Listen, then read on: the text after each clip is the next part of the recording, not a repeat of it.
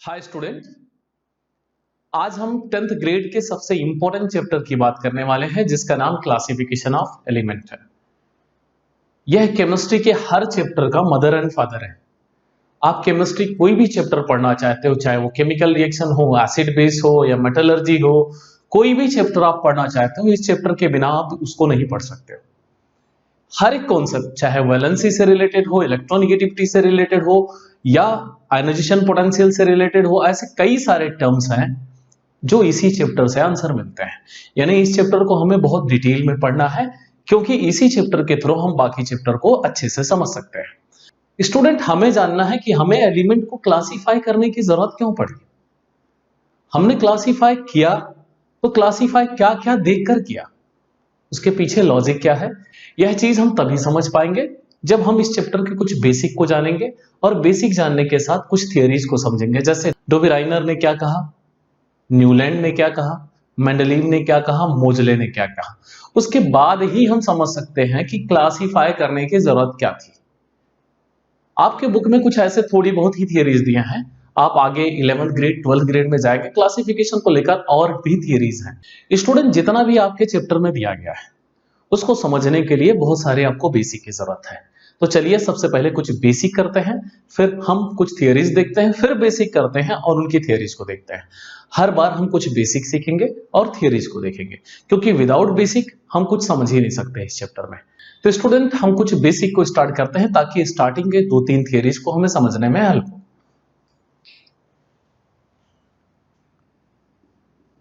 Atom Atom is the smallest part of substance which is indivisible, which cannot be further divided. ऐसा कहा जाता है student. अगर मैं आपको कहूं यह थियरी 1803 में दी गई थी और यह थियरी 5 ईयर के बाद ट्रू हुआ था, 1808 में ट्रू हुआ था। किसने दिया था इस थियरी को? ब्रिटिश साइंटिस्ट जॉन डेल्टन ने इस थियरी को दिया था कि एटम किसी भी चीज का सबसे छोटा पार्टिकल है। Atom is a smallest part of substance which is indivisible which can not be further divided. ऐसा किसने कहा था? डेल्टन ने कहा था। लेकिन थियरी कितनी पुरानी है? बहुत पुरानी है। आज के मॉडर्न एरा में एटम इज डिविजिबल, लेकिन आपको एटम इंडिविजिबल ही पढ़ना है। एटम 3 फंडामेंटल पार्टिकल से बना हुआ है जिसको हम शॉर्ट फॉर्म में पेन कहते हैं, प्रोटॉन, इलेक्ट्रॉन और न्यूट्रॉन। यह लिखने वाला पेन नहीं स्टूडेंट, प्रोटॉन, इलेक्ट्रॉन और न्यूट्रॉन कहा जाता है। प्रोटॉन एटम के अंदर पॉजिटिव पार्टिकल होता है, इलेक्ट्रॉन एटम के अंदर नेगेटिव पार्टिकल होता है, न्यूट्रॉन चार्जलेस होता है, कोई चार्ज नहीं होता है। और इसको डिस्कवर जिसने किया था उसके नाम भी याद कर लेते हैं हम। वैसे बोर्ड में कभी पूछेगा नहीं, ईट पर नाच। इलेक्ट्रॉन को डिस्कवर किया था थॉमसन ने, प्रोटॉन को रुदरफोर्ड ने, न्यूट्रॉन को चैडविक ने। होप आपको याद हो गया होगा, ना से न्यूट्रॉन होता है, चार से चैडविक होता है, तो न्यूट्रॉन को चैडविक ने, उनका नाम अर्नेस्ट चैडविक था। स्टूडेंट, आपको छोटी सी समझ हो गई कि एटम किसी भी चीज का सबसे छोटा पार्टिकल है, smallest particle of the substance. लेकिन यही जब group of particle, infinite particle, billion trillion particle आपस में कंबाइन होते हैं, तो स्टूडेंट जब ग्रुप ऑफ पार्टिकल आपस में जुड़ते हैं तो जो बनता है उसे एलिमेंट कहते हैं। तो एलिमेंट को भी हम डिफाइन कर सकते हैं। Element is nothing but group of atom. Group of atom को ही हम एलिमेंट कहते हैं, लेकिन इसको भी समझने के लिए थोड़ा सा आपको पेशेंस रखना होगा। चलिए और समझते हैं। एटम से एक और चीज बनता है student, when 2 or more atom combine together to forming molecule। Molecule होता है। मॉलिक्यूल और एलिमेंट्स दोनों एटम से बनते हैं। क्यों बनते हैं, किस लिए बनते हैं, आगे मैं आपको इस चैप्टर में बताऊंगा। डोंट वरी, घबराइए नहीं। हम धीरे धीरे करके एक अच्छी समझ लेकर इस चैप्टर को हम पढ़ेंगे। मॉलिक्यूल कैसे बनता है? अगर 2 एटम H + H कंबाइन हुए तो H2, यह एरो हमेशा केमिकल रिएक्शन को रिप्रेजेंट करता है। फिजिकली कंबाइन होंगे 2 एटम तो फिजिकली कंबाइन होने से मॉलिक्यूल नहीं बनेगा। जब एटम्स केमिकली कंबाइन होते हैं तो मॉलिक्यूल बनता है। तो H एक एटम है, H भी एक एटम है, दोनों H एटम है, कंबाइन हुए H2 बना। सिमिलरली अगर O प्लस O कंबाइन हो O2 एक मॉलिक्यूल है, O plus O 3O combine हो O3 ओजोन एक मॉलिक्यूल है। ऐसे H प्लस O कंबाइन हो तो H2O भी एक मॉलिक्यूल है। आपके माइंड में कुछ कंफ्यूजन क्रिएट हुआ होगा स्टूडेंट, आप H2O को कंपाउंड पढ़ते आए हो, या मैं यहाँ H2O को मॉलिक्यूल कह रहा हूं। H2O मॉलिक्यूल और कंपाउंड दोनों है, हम समझेंगे अभी, घबराइए नहीं। अगर मैं यहां बात करूं एटम H और H, कितने H कंबाइन हुए हैं स्टूडेंट? 2H, H2 एक मॉलिक्यूल है, यह सिंगल मॉलिक्यूल है, यह भी सिंगल मॉलिक्यूल है, यह भी सिंगल मॉलिक्यूल है। H2 में दो एटम है, इसलिए H2 को हम डायटोमिक मॉलिक्यूल कहते हैं स्टूडेंट। O2 यह भी एक डायटोमिक मॉलिक्यूल है। O3 कितने एटम कंबाइन हुए हैं? 3 ट्राइएटोमिक मॉलिक्यूल है स्टूडेंट। H2O ये भी एक ट्राइएटोमिक मॉलिक्यूल है। दोनों में डिफरेंस क्या है? O3 भी ट्राइएटोमिक मॉलिक्यूल है, H2O भी ट्राइएटोमिक मॉलिक्यूल है। दोनों ट्राइएटोमिक मॉलिक्यूल है, बट दोनों में डिफरेंस है। अगर हम न्यूक्लियस की बात करें तो इसके न्यूक्लियस अलग होंगे और इसके न्यूक्लियस अलग होंगे। भाई इन तीनों ऑक्सीजन है तो तीनों के न्यूक्लियस सेम होंगे, और इनके न्यूक्लियस हाइड्रोजन, दोनों हाइड्रोजन का न्यूक्लियस सेम होगा, लेकिन ऑक्सीजन का न्यूक्लियस अलग होगा। न्यूक्लियस के अंदर प्रोटॉन और न्यूट्रॉन होते हैं स्टूडेंट, इनके अंदर न्यूट्रॉन और प्रोटॉन, इनके अंदर प्रोटॉन और न्यूट्रॉन डिफरेंट होंगे। तो इसे हम ट्राइएटोमिक मॉलिक्यूल तो कहते हैं, लेकिन ट्राइएटोमिक मॉलिक्यूल होने के साथ यह एक हेट्रोन्यूक्लियर मॉलिक्यूल है और यह होमोन्यूक्लियर मॉलिक्यूल है।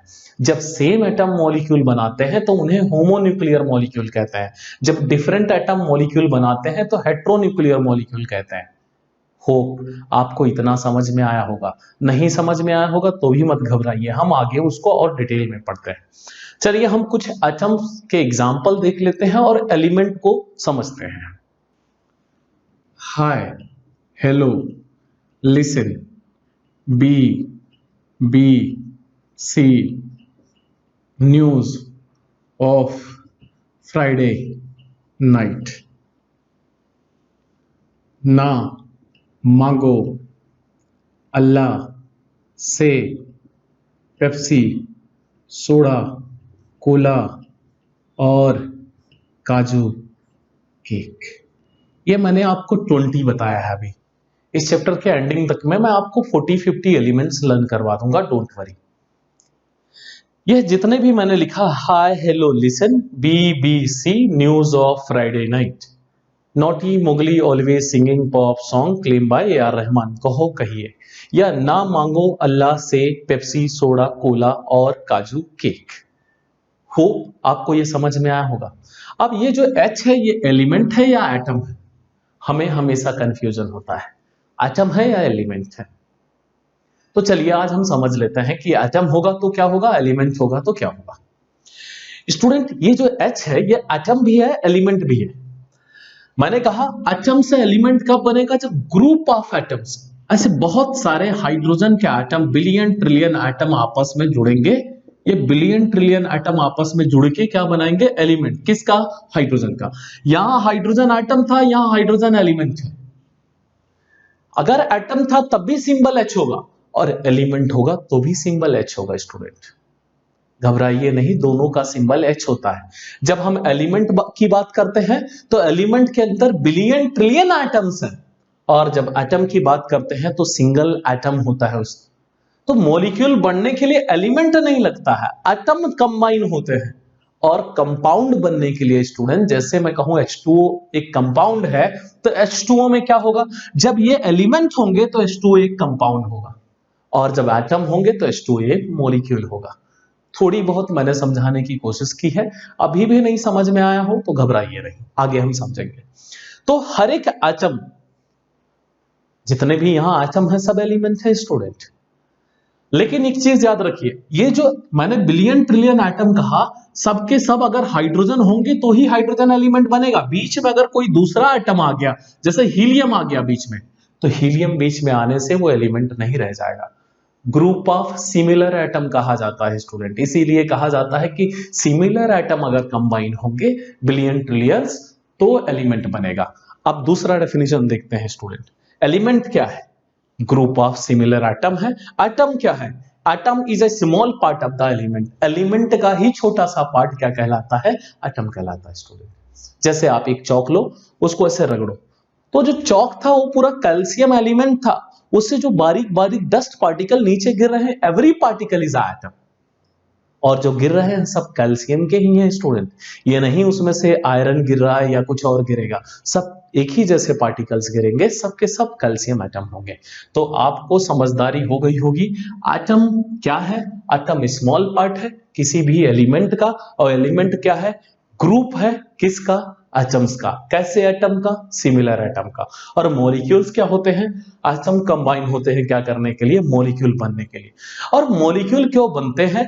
तो ऑक्टेट कंप्लीट करने के लिए कुछ लूज करते हैं, कुछ गेन करते हैं, और कुछ एलिमेंट जैसे नॉन मेटल्स जो होते हैं वो शेयरिंग करते हैं, और शेयरिंग करके इनर्ट बिहेवियर दिखाते हैं। जैसे H2 एक इनर्ट है, यह रूम टेम्परेचर पर एग्जिस्ट कर सकता है। 10th लेवल पर अभी आपकी इतनी समझदारी नहीं होगी, बस इतना समझ लीजिए कि जो जीरो ग्रुप एलिमेंट है, helium, neon, organ, krypton, xenon, उनके जैसा बिहेवियर दिखाने के लिए, उनके जैसा बनने के लिए एटम्स किस में कन्वर्ट होता है? मॉलिक्यूल में कन्वर्ट होता है। क्योंकि एटॉमिक फॉर्म में कोई भी एटम फ्री स्टेट में नहीं रह सकता, और मॉलिक्यूलर फॉर्म में फ्री स्टेट में रह सकता है। होप आपको इतना समझ में आ गया होगा स्टूडेंट। चलिए हम थोड़ा सा और डिटेल में जाते हैं। यह चैप्टर एंडिंग होते होते आपको बहुत सारी समझ हो जाएगी, जितना मैं बातें बोल रहा हूं आपको समझ आने लगेगी। स्टूडेंट थोड़ा सा और बेसिक हम जान लेते हैं एलिमेंट के सिंबल को लेकर। जैसे आप हाइड्रोजन लिखते हो, हाइड्रोजन का पहला लेटर क्या है? H, तो इसका सिंबल क्या हो गया? H। इस सिंबल को बताने वाले साइंटिस्ट का नाम जे बर्जीलियस था। बर्जीलियस ने ही सिंबल बताया। उसके पहले कुछ सिंबल इस टाइप के चलते थे, ऐसे सिंबल बनाए जाते थे स्टूडेंट। जैसे जैसे एलिमेंट बढ़ते गए तो सिंबल को लेकर डिफिकल्टीज होने लगी। तो सिंबल को लेकर जे बर्जीलियस ने कहा कि कोई भी एलिमेंट उसका फर्स्ट लेटर ही उसका सिंबल होगा। हाइड्रोजन के केस में हमने देखा सिंबल H है। ऐसे ही कहा अगर दो एलिमेंट सेम अल्फाबेट से अगर शुरुआत करते हैं तो दूसरे का सेकेंड लेटर भी लिया जाएगा, लेकिन लोअर केस में। जैसे हीलियम, हाइड्रोजन H से पहले ही स्टार्ट हो गया, तो हीलियम का सिंबल उन्होंने क्या ले लिया? सेकेंड लेटर भी He। आगे हम बात करने वाले हैं स्टूडेंट, जैसे सोडियम। आप सोडियम लिखते हो, सोडियम का जो सिंबल है वो Na है। ऐसे आप पोटेशियम लिखते हो, सिंबल K होता है। ऐसे आप गोल्ड लिखते हो, सिंबल Au होता है। ऐसे आप सिल्वर लिखते हो, सिंबल Ag होता है। ऐसे आप आयरन लिखते हो, सिंबल Fe होता है। यानी जो नेम के अल्फाबेट है और सिंबल है दोनों डिफरेंट है। तो बर्जीलियस ने जब सिंबल दिया था स्टूडेंट, तो एलिमेंट के नेम लैटिन में थे, लैटिन में ही सिंबल दिया गया है। हम गोल्ड कहते हैं, गोल्ड इंग्लिश है, उसका जो लैटिन नेम है वो ऑरम है, इसीलिए गोल्ड का सिंबल जो होता है वो Au होता है। सिल्वर का अर्जेंटम है, इसलिए Ag होता है। सोडियम का नाइटेरियम है, इसलिए Na होता है। पोटेशियम का केलियम है, इसलिए K होता है। ऐसे एलिमेंट के लैटिन नेम में उनके सिंबल दिए गए हैं। आप किसी भी एलिमेंट का अगर नेम और उसके सिंबल में कोई मैच नहीं दिख रहा है तो ये समझ जाओ कि उसके लैटिन नेम से उसके सिंबल्स हैं, उसके इंग्लिश नेम और लैटिन नेम में डिफरेंस है। बहुत सारे एलिमेंट के लैटिन नेम और इंग्लिश नेम सेम है, इसलिए हमें पता नहीं चलता है। जैसे हाइड्रोजन, हाइड्रोजन का लैटिन नेम भी हाइड्रोजन है और इंग्लिश नेम भी हाइड्रोजन है। जैसे हम बात करें फॉस्फोरस, लैटिन नेम भी फॉस्फोरस है और इंग्लिश नेम भी फॉस्फोरस है। क्लोरीन, इंग्लिश नेम भी क्लोरीन है, लैटिन नेम भी क्लोरीन है। ऐसे केसेस में आपको डिफरेंसेस देखने को नहीं मिलेंगे। चलिए स्टूडेंट हम आगे बात करते हैं। जैसे हमारे पास नंबर होते हैं, मोबाइल नंबर, एक पर्सनल नंबर रखते हैं, एक प्रोफेशनल नंबर रखते हैं, यानी बिजनेस के लिए रखते हैं, या आपके लैंग्वेज में बात करो तो आप एक कॉलिंग के लिए रखते हो, एक व्हाट्सएप के लिए रखते हो, दोनों डिफरेंट नंबर रखते हो। कुछ लोग दोनों सेम रखते हैं, लेकिन इस केस में सेम नहीं रख सकते हैं। तो स्टूडेंट एटम के पास भी दो नंबर है। एक नंबर को हम एटॉमिक नंबर कहते हैं, जिसको Z से रिप्रेजेंट किया जाता है। दूसरे नंबर को एटॉमिक मास नंबर कहते हैं,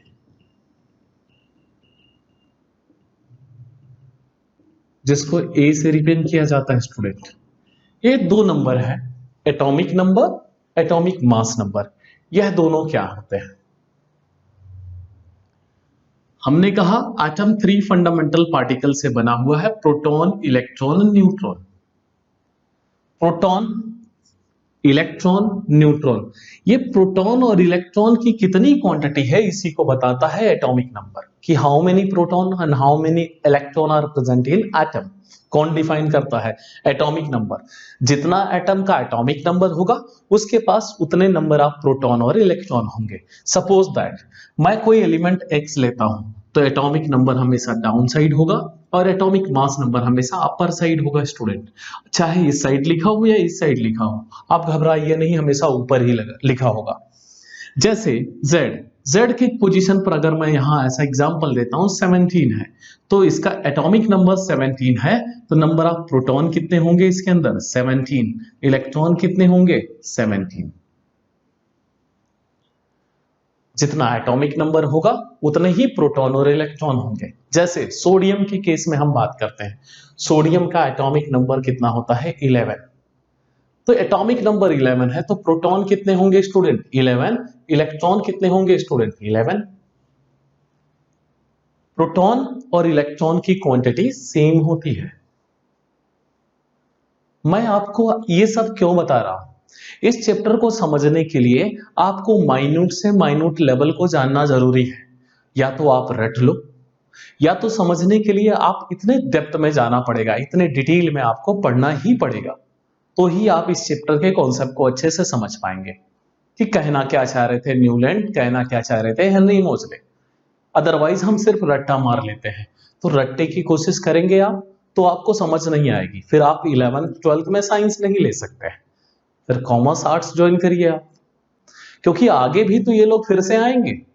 11th पढ़ेंगे, फिर से कॉन्सेप्ट वही आएगा, खाली थोड़ा सा कॉन्सेप्ट बढ़ जाएगा, लेकिन रहेंगे तो न्यूलैंड ही, रहेंगे हेनरी मोजले ही, कोई नया नहीं आने वाला है। चलिए और डिटेल में समझते हैं। एटॉमिक मास नंबर क्या होता है स्टूडेंट? लोअर ग्रेड में हमने पढ़ा है कि ऐसे न्यूक्लियस होता है, फिर बाहर शेल होते हैं। इसको भी मैं आपके आगे इसी चैप्टर में एक्सप्लेन करने वाला हूं, जब हम मॉडर्न पीरियोडिक टेबल की बात करेंगे तब कैसे ये आया। यह बोर्स का पोस्टुलेट कहलाता है, बोर्स की थियरी कहलाती है। तो बोर्स ने क्या कहा था उसको हम समझेंगे स्टूडेंट। तो न्यूक्लियस, सेंट्रल पॉजिटिव चार्ज को न्यूक्लियस कहा। ये शेल होते हैं KLMN, आपने ऐसा कुछ पढ़ा होगा। आगे भी होते हैं स्टूडेंट, OPQR भी होते हैं, ठीक है, घबराइए नहीं, बताया जाएगा आपको। इस शेल्स में इलेक्ट्रॉन रहते हैं और इस न्यूक्लियस के अंदर स्टूडेंट दो चीजें रहते हैं, एक प्रोटॉन, एक न्यूट्रॉन। प्रोटॉन और न्यूट्रॉन रहते हैं। इन प्रोटॉन और न्यूट्रॉन को न्यूक्लियॉन्स भी कहा जाता है, because they are residing inside the nucleus, तो इन्हें न्यूक्लियॉन्स भी कहा जाता है। स्टूडेंट प्रोटॉन और न्यूट्रॉन की क्वांटिटी सेम भी होती है, डिफरेंट भी होती है। दोनों को ऐड कर दीजिए, दोनों को ऐड करेंगे तो हमने दोनों को प्लस किया ना, प्लस को इंग्लिश में सम कहते हैं, सम ऑफ न्यूक्लियॉन्स या सम ऑफ प्रोटॉन एंड न्यूट्रॉन। तो जो दोनों का टोटल आएगा उसी को कहते हैं atomic mass number. Atomic mass number sum of nucleons है, यानी प्रोटॉन और न्यूट्रॉन की क्वांटिटी को ऐड करने के बाद जो रिजल्ट मिलेगा, जो आंसर आएगा, that is called atomic mass number. कुछ केसेस में हम आपको बता रहे हैं कि किस तरीके से समझना है आपको। स्टूडेंट हमने कहा Z = P = E, जितना एटॉमिक नंबर होगा उतने ही प्रोटॉन होंगे, उतने ही इलेक्ट्रॉन होंगे। और दूसरा फॉर्मूला आपको बताया A is equal to proton plus neutron. Please ध्यान से देखिए, proton plus neutron, P plus है, इक्वल के इस साइड लाएंगे माइनस हो जाएगा, A minus P is equal to N, neutron मिल जाएगा हमको। स्टूडेंट P को हमने रिप्लेस कर दिया, क्योंकि P Z के इक्वल है तो P को Z से रिप्लेस कर दिया, तो फॉर्मूला मिल गया A minus Z is equal to N, neutron मिल गया। तो न्यूट्रॉन का फॉर्मूला क्या होगा, A माइनस Z। याद रखिएगा स्टूडेंट, ये मैंने कहा प्रोटॉन और न्यूट्रॉन की क्वांटिटी सेम भी हो सकती है न्यूक्लियस के अंदर, डिफरेंट भी हो सकती है। चलिए हम समझते हैं सेम कब होती है, डिफरेंट कब होती है। जैसे अगर मैं कार्बन की बात करूं, कार्बन 614, तो स्टूडेंट प्रोटॉन कितने हैं, 6, एटॉमिक नंबर 6 है। इलेक्ट्रॉन कितने हैं स्टूडेंट, 6, एटॉमिक नंबर 6 है। न्यूट्रॉन कैसे पता चलेगा स्टूडेंट, 14 माइनस 6, 8। एक और कार्बन है स्टूडेंट 6, 12। इस केस में अगर बात करो तो प्रोटॉन कितने हैं स्टूडेंट, 6, इलेक्ट्रॉन कितने हैं, 6, न्यूट्रॉन कितने हैं स्टूडेंट, न्यूट्रॉन भी 6 है। देखिए यहां पर न्यूट्रॉन की क्वांटिटी सेम है, यहां न्यूट्रॉन की क्वांटिटी डिफरेंट है। स्टूडेंट इसी पर एक कॉन्सेप्ट हम पढ़ने जा रहे हैं, आइसोटोप्स। हम आगे पढ़ेंगे मेंडलीव का पीरियोडिक टेबल, वहां उन्होंने आइसोटोप को क्लासिफाई नहीं किया था। तो आइसोटोप्स क्या होते हैं और एलिमेंट आइसोटोप कैसे बनते हैं हमने आपको बता दिया। चलिए अब हम पढ़ लेते हैं। तो हम फर्स्ट पॉइंट समझने जा रहे हैं, आइसोटोप्स। दूसरा हम पढ़ेंगे आइसोबार्स।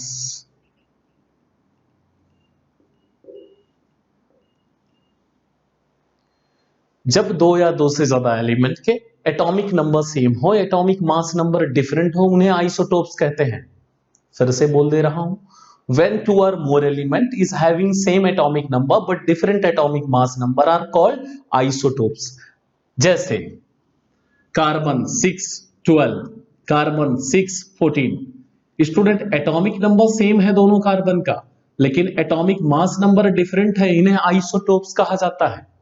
यह दोनों कार्बन के आइसोटोप्स हैं, लेकिन यह एटॉमिक मास नंबर डिफरेंट कैसे हुआ, तो यहां देख लीजिए स्टूडेंट, दोनों में प्रोटॉन और इलेक्ट्रॉन की क्वांटिटी सेम है, न्यूट्रॉन की क्वांटिटी डिफरेंट हुई, इसलिए आइसोटोप बन गए। आइसोटोप बनने का रीजन नंबर ऑफ न्यूट्रॉन को डिफरेंस होना है। इतना आपके बुक में डिटेल में नहीं दिया है स्टूडेंट, लेकिन मैंने कहा आपको बहुत डिटेल में ये टॉपिक में पढ़ाने वाला हूं। न्यूट्रॉन की क्वांटिटी में डिफरेंस होने का रीजन क्या है वो भी मैं आपको बताऊंगा, लेकिन उससे पहले हम थोड़ी सी बेसिक माइन्यूट लेवल पर बातें कर ले। जैसे एक और एग्जांपल लेते हैं, 1H1, 1H2, 1H3।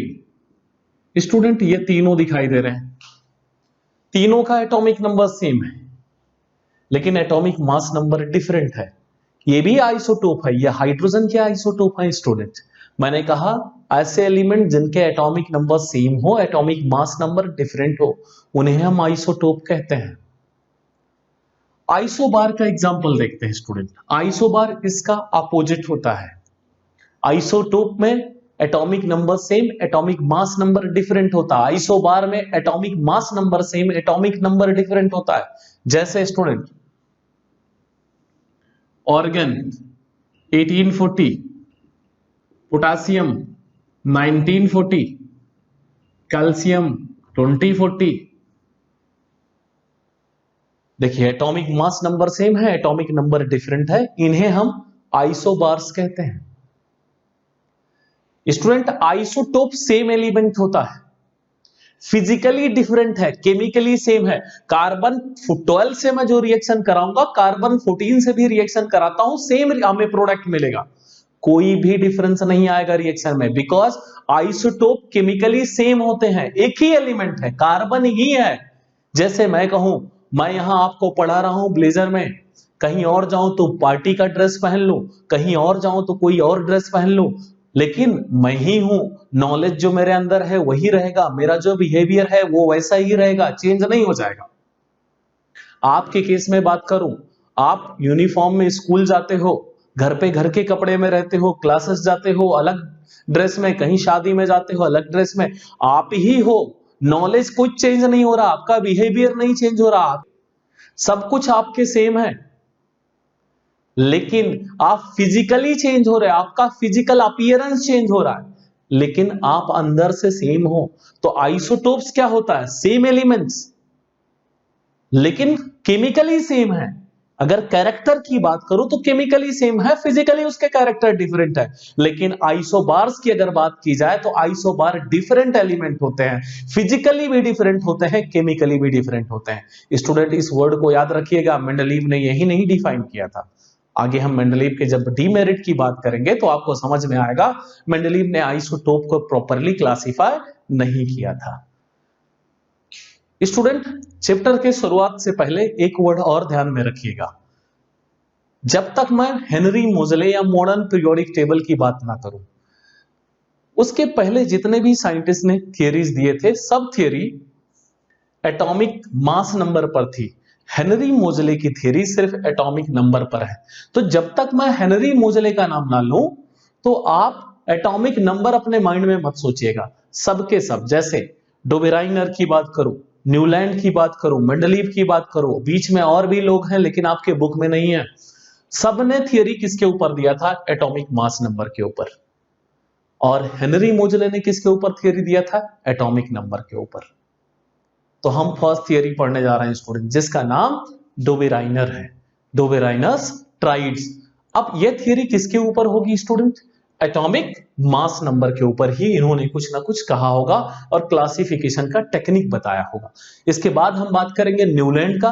तो न्यूलैंड ने क्या किया होगा स्टूडेंट? उन्होंने भी एटॉमिक मास नंबर के ऊपर ही थियरी दिया होगा, कुछ ना कुछ नया टेक्निक बताया होगा क्लासिफाई करने के लिए। और क्लासिफिकेशन की जरूरत क्या है तो मैं इन दोनों की थियरीज के बाद आपको बता दूंगा why we are classifying the element. ठीक है स्टूडेंट, तो चलिए हम स्टार्ट करते हैं चैप्टर। स्टूडेंट सबसे पहले जो क्लासिफिकेशन आपके बुक के अंदर दिया है वो डोबेराइनर ट्राइड्स है। ट्राइड का मीनिंग क्या होता है? केमिस्ट्री में ट्राई का मतलब होता है 3। ऐसे 3 एलिमेंट जिनके कैरेक्टरिस्टिक सेम है उन्हीं को ट्राइड कहा गया। 3 एक जैसे कैरेक्टर दिखाने वाले एलिमेंट के ग्रुप को ट्राइड कहा गया। एक जैसे कैरेक्टर का मतलब आप स्कूल में खुद 3-3 एलिमेंट का ग्रुप बना लो, 3-3 लोगों का ग्रुप बना लो कि ये टी पीते हैं, तीनों ये टी पीते हैं, ई एफ जी, ये 3 आपने ले लिया, ये अल्कोहल पीते हैं, ऐसे 3 का आप बना लिया, कॉफी पीते हैं। ऐसे सेम कैरेक्टर रखने वाले एलिमेंट्स, ये नहीं इसमें से एक इसके साथ, नो, ऐसा बाद में हुआ था इसीलिए इनका ट्राइड गलत हुआ था। 3-3 एलिमेंट जिनके कैरेक्टरिस्टिक सेम हो उन्हीं को ट्राइड कहा गया। और इनकी थियरी क्या थी ट्राइड को लेकर? इनकी थियरी मैंने पहले ही बताया, जब तक मोजले का नाम नहीं लूंगा, सबकी थियरी एटॉमिक मास पर है, तो इन्होंने भी थियरी एटॉमिक मास पर ही दिया था और कहा कि 3 एलिमेंट के ग्रुप में, जो 3 एलिमेंट है इसके ग्रुप में, जो मिडल वाला एलिमेंट होगा इसका एटॉमिक मास पहले और तीसरे वाले एटॉमिक मास, जो पहले वाला एलिमेंट है और तीसरा वाला एलिमेंट है उसके एटॉमिक मास के मीन या एवरेज के इक्वल होगा। मीन और एवरेज का मीनिंग सेम होता है, यही इन्होंने कहा था। समझते हैं। सपोज दैट इसका एटॉमिक मास 10 है और इसका एटॉमिक मास 20 है। इसका एवरेज कैसे निकालेंगे? एवरेज निकालने के लिए अगर 2 एलिमेंट है डिवाइड बाय 2, कोई भी चीज नॉर्मली आप 2 लोग का एवरेज निकालते हो डिवाइड बाय 2, 3 का निकालते हो डिवाइड बाय 3। आपने मीन या एवरेज मीन करके, मीन मीडियन मोड करके तो पढ़ा होगा, ऐसे ही मीन है यहां पे।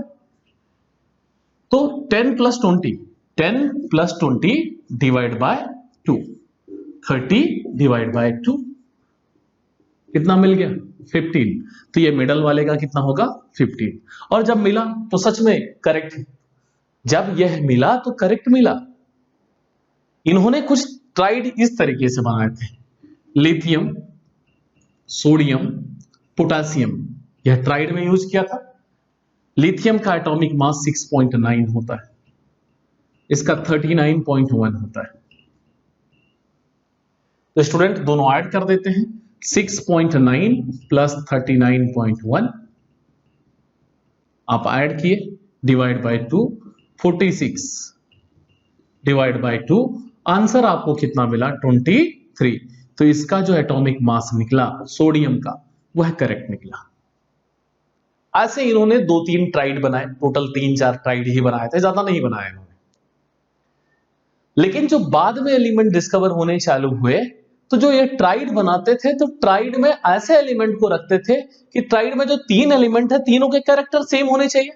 तो पहले का कैरेक्टर कुछ और, दूसरे का कैरेक्टर कुछ और, तीसरे का कैरेक्टर कुछ और, तो इनकी ट्राइड फेल हो गई। इसलिए दूसरा थियरी आया जिसका नाम हम न्यूलैंड्स की थियरी कहते हैं। तो चलिए देखते हैं न्यूलैंड्स ऑक्टेव क्या है। इसको समझ में आया कि 3 एलिमेंट के ग्रुप में दूसरे वाले का एटॉमिक मास फर्स्ट और थर्ड के मीन या एवरेज के इक्वल होगा। किसके मीन और एवरेज के? एटॉमिक मास के मीन और एवरेज के इक्वल होगा। देखते हैं न्यूलैंड ऑक्टेव क्या है, न्यूलैंड ने एलिमेंट की क्लासिफिकेशन को लेकर क्या बातें कही। इन्होंने सबसे पहले स्टूडेंट एलिमेंट्स को एटॉमिक मास के इंक्रीजिंग ऑर्डर में अरेंज किया। इनके टाइम तक 56 एलिमेंट नोन हो चुके थे, डिस्कवर हो चुके थे।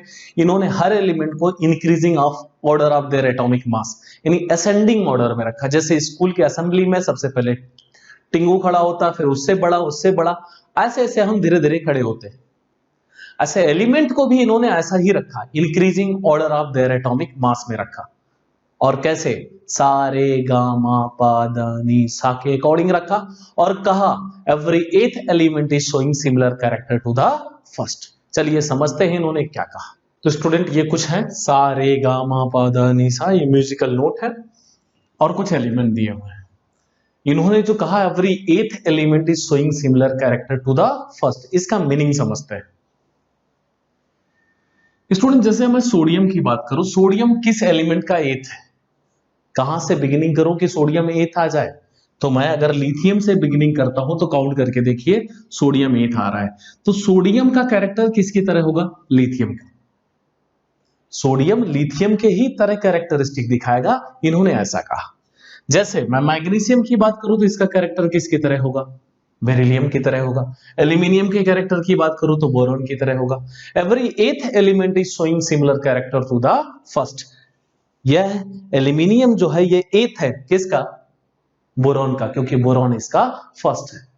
ऐसा इन्होंने कहा। इन्होंने कई सारे जगहों पर डोबेराइनर के ट्राइड को भी यूज किया है। जैसे यहां भी देख सकते हो इतना वाला पार्ट डोबेराइनर का ट्राइड ही है। ऐसे कई जगहों पर आप डोबेराइनर के ट्राइड को भी देख सकते हो। तो डोबेराइनर के ट्राइड को भी इन्होंने यूज किया है। इनका जो ड्रॉबैक है वो समझते हैं। क्या है ड्रॉबैक? थियरी तो हमने समझ लिया, एलिमेंट को increasing order of their atomic mass में रखा और कहा every 8th element is showing similar character to the first. ये जो कैल्शियम है, कैल्शियम किसकी तरह कैरेक्टर दिखाएगा? मैग्नीशियम की तरह। या कैल्शियम किसकी तरह कैरेक्टर दिखाएगा? बेरिलियम की तरह, क्योंकि ये इसका ये इसका ये, तो सबके कैरेक्टरिस्टिक क्या होंगे? इन्हें आगे हम ग्रुप कहेंगे। ग्रुप में एलिमेंट का कैरेक्टर क्या होते हैं? सेम होते हैं। ग्रुप आगे इसके बाद वाली थियरी में हम पढ़ेंगे, ग्रुप होते हैं। तो एक ही ग्रुप के एलिमेंट है तो कैरेक्टरिस्टिक सेम होगा, क्योंकि सेम ग्रुप के एलिमेंट सेम कैरेक्टरिस्टिक दिखाएंगे। तो ऐसे कैल्शियम के बाद के जो एलिमेंट थे, जैसे मैं बात करूं यहां पे क्रोमियम है, क्रोमियम अपने फर्स्ट की तरह कैरेक्टर नहीं दिखाता था। यानी क्रोमियम एल्यूमिनियम के कैरेक्टर में बहुत ज्यादा डिफरेंसेस है। अगर मॉडर्न पीरियोडिक टेबल में भी देखें तो क्रोमियम ट्रांजिशन मेटल है, एल्यूमिनियम सिंपल मेटल है। बहुत ज्यादा डिफरेंस है। तो क्रोमियम किसके तरह कैरेक्टरिस्टिक नहीं दिखाता था? एल्यूमिनियम। आफ्टर कैल्शियम कोई भी एलिमेंट अपने फर्स्ट की तरह कैरेक्टर नहीं दिखाए। ये पहला इनका डिमेरिट है। दूसरा डिमेरिट सुनिए, आगे चल के इनर्ट गैसेस डिस्कवर हुए तो उसको कहां ट्राइड में रखा जाए? ऐसा कोई जगह ही नहीं था। तीसरा, इन्होंने कहा एक जगह पर एक ही एलिमेंट आ सकते। देखो दो दो एलिमेंट को अरेंज कर दिया और दोनों के कैरेक्टर क्या थे? कोबाल्ट और निकल, दोनों के कैरेक्टर टोटली डिफरेंट थे और दोनों को एक जगह पर रख दिया। तो स्टूडेंट ऐसे बहुत सारे इनके गलतियां हैं जिन्हें डीमेरिट्स ऑफ न्यूलैंड भी कहा जाता है। नेक्स्ट लेक्चर में हम देखेंगे कि मॉडर्न पीरियोडिक टेबल और मेंडलीव की जो पीरियोडिक टेबल है दोनों में सिमिलैरिटी क्या है, दोनों में डिफरेंसेस क्या है। यानी हेनरी मोजले और मेंडलीव की मेंटालिटी, सोच में क्या डिफरेंस थी और क्या क्या मोजले ने कॉपी किया मेंडलीव की टेबल से, उसको हम पढ़ेंगे। Thank you student.